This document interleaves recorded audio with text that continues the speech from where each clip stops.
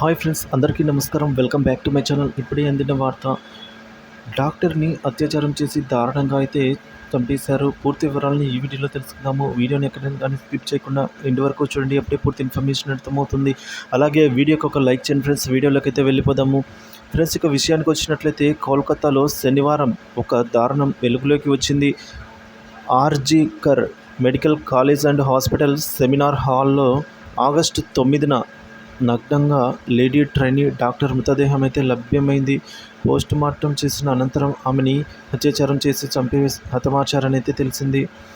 అదే హాస్పిటల్లో ట్రైనీగా, medical ప్రాక్టీషనర్గా, junior డాక్టర్గా అయితే గుర్తించారు. ఆమె శరీర అవయవాలపైన అయితే గాయాలు, ప్రైవేట్ పార్ట్స్లలో తీవ్ర రక్తస్రావం జరిగినట్లుగా పోస్ట్ మార్టం రిపోర్టులు పేర్కొన్నారు. కోల్కతాలోని ప్రాథమిక పోస్ట్ మార్టం హత్యకు ముందు ఆమె లైంగిక వేధింపులకు గురైందని అయితే తెలిపింది. ఇక ఆర్జీకర్ మెడికల్ కాలేజ్ స్టూడెంట్లు, జూనియర్ డాక్టర్లు ఆందోళనకు దిగారు. నేరానికి కారణమైన వారిపై వెంటనే కఠిన చర్యలు తీసుకోవాలని డిమాండ్ చేస్తున్నారు.